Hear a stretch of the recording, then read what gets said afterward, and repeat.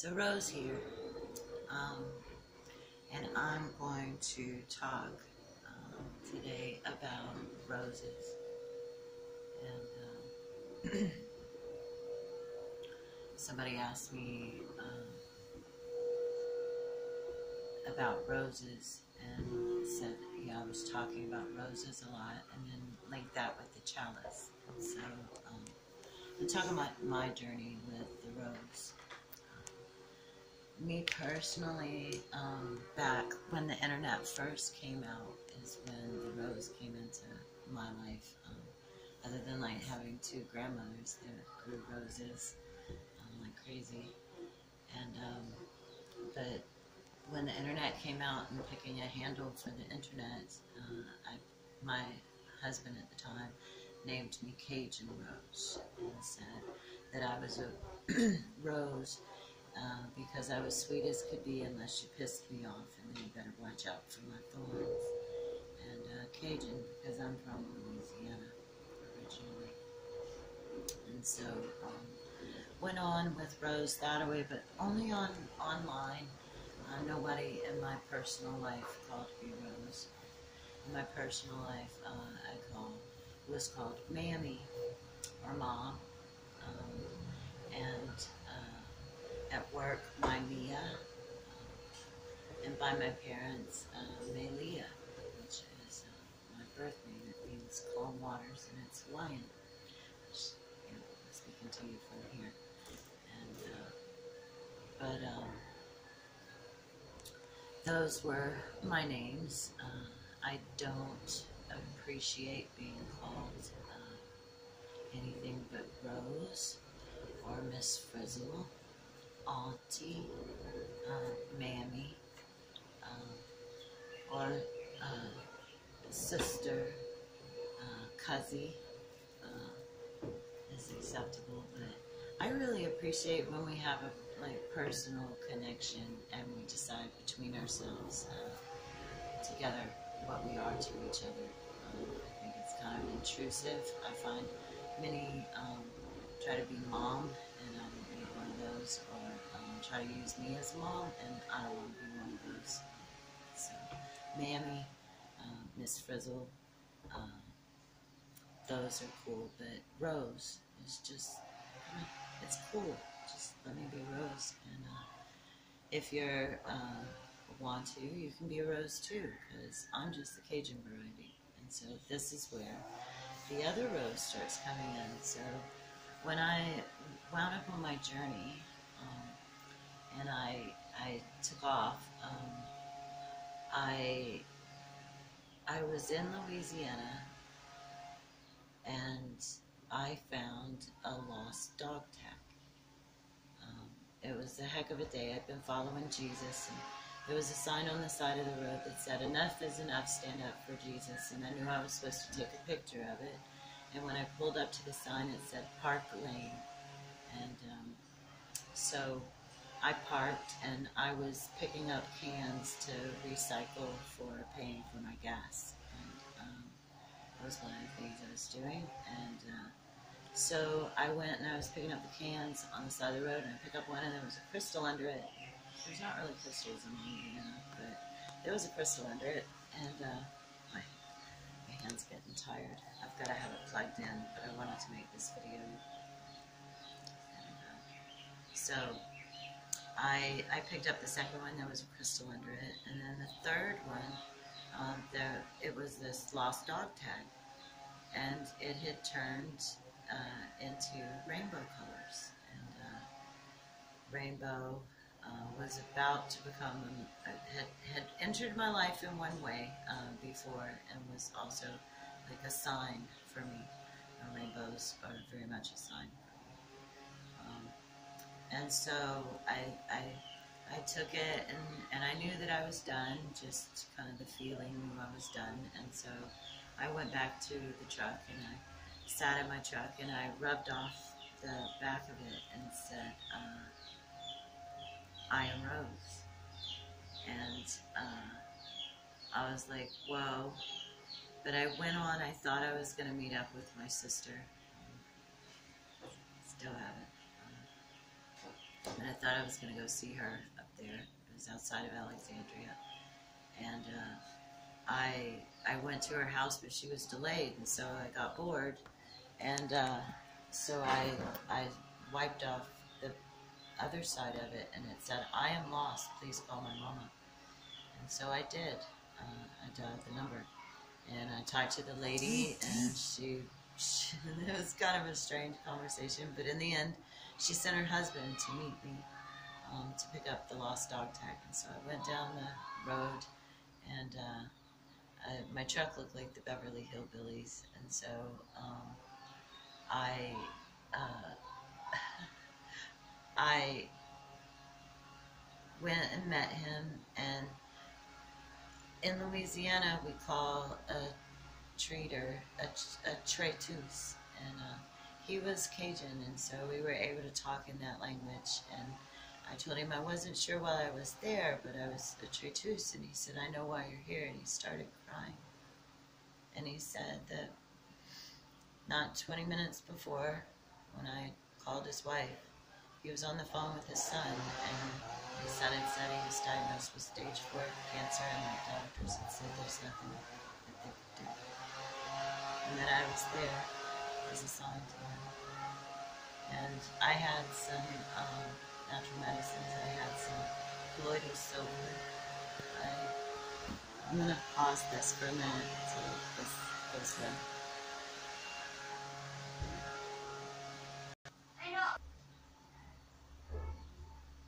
Alright, so I had colloidal silver, and I had Fulvic Acid, and I had been gifted those by a wizard in Mississippi.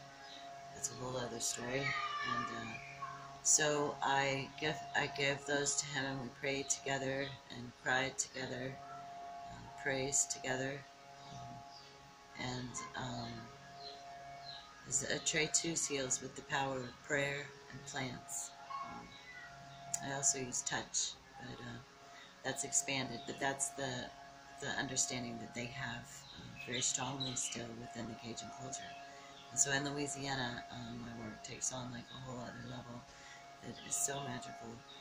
But from that day forward, I accepted Rose, and I've worked with embodying her and what the rose represents, and that has expanded in relationship and understanding and embodiment as time has gone on. That was back in 2013, and when I from then on I visit Mary grottos. I visit Mary statues. I visited a lot of churches in contemplation and pondering of the emotions of the Magdalen, Mother Mary,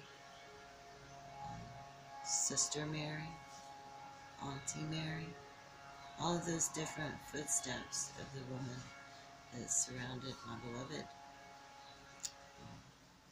as well as contemplating his feet. But I had done that on the previous journey, so this was about her. He introduced me to her and led me to her.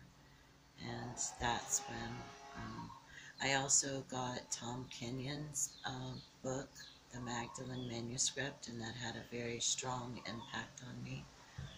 I got a hold to a beautiful way. I go to the Catholic churches a lot of times, and I visit the Mary statues, and I clean them up, and I'll clean up the fountains, and I go to the churches and I pick up the trash, and then I try the door, and if the door is locked, I leave the trash in a bag, and I write on the doorstep in chalk, came, door was locked, thought it was my house, might want to rethink that, Jesus. And on Easter I have a whole other one about Mary, asking to do another video maybe. But and through that, what I also started doing rose gardens. I visit rose gardens and I eat the roses. Just make sure they're not ones that are sprayed with pesticides. I eat the roses. In Colorado, they have fabulous rose hips on the wild roses. and at wearing rose, but making sure it's, again, things that aren't filled with pesticides. But drinking rose, there's this beautiful rose lemonade that is here. I can only get it here in Hawaii, so I get it. Thank you, food stamps. Thank you, anyone at that system that is still feeding me for the moment. Yeah, so and then it expanded in visiting there and at the waters.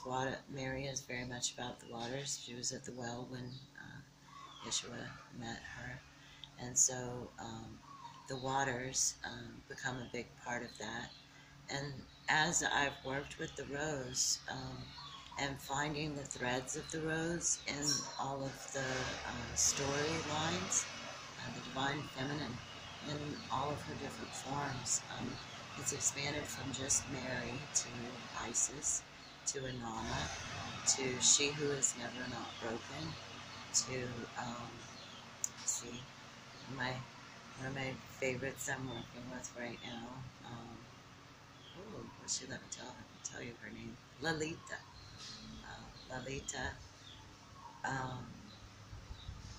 Yeah, it's a Tara. There was a Kali phase there.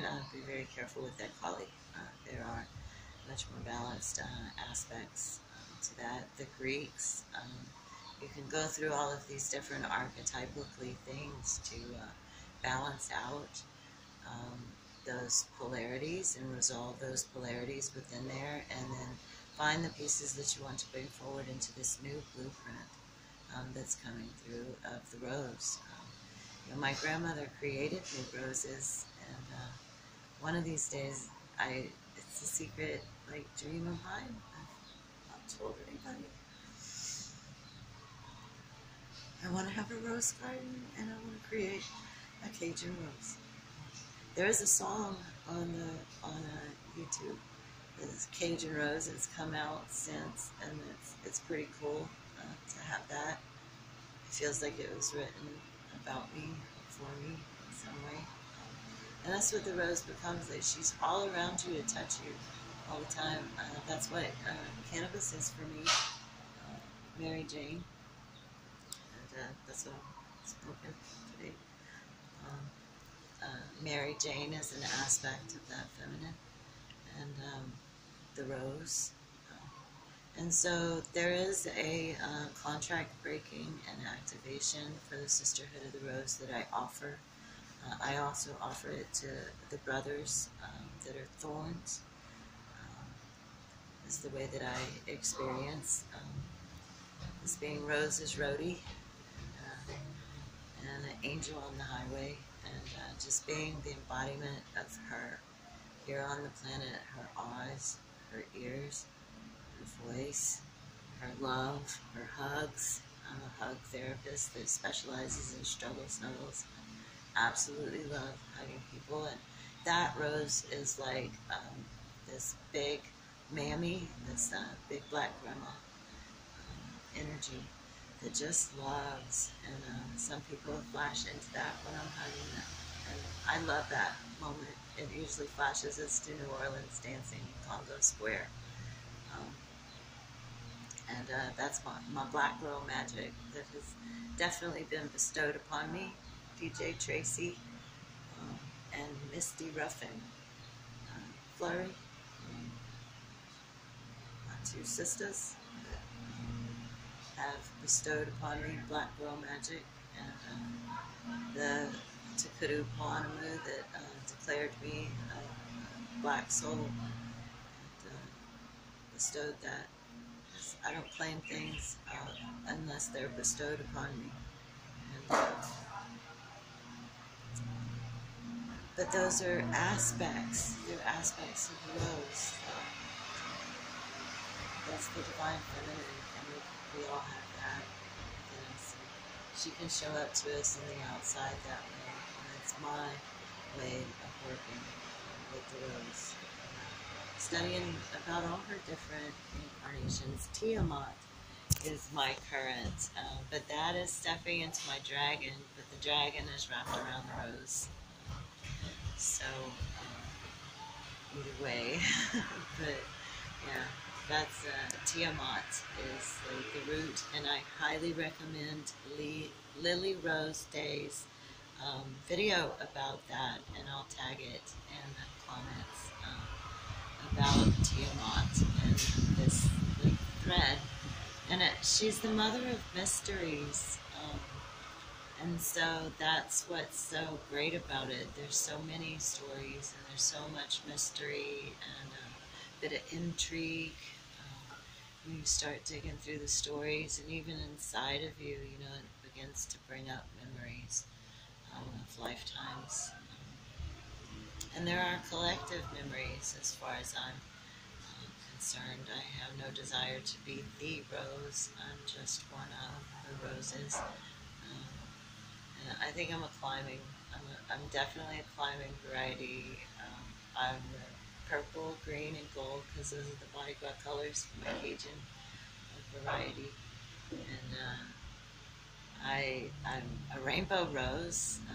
There's a beautiful picture not that long ago I posted of this black rainbow rose. And, the lawnmower's coming back, so I'm going to let you go.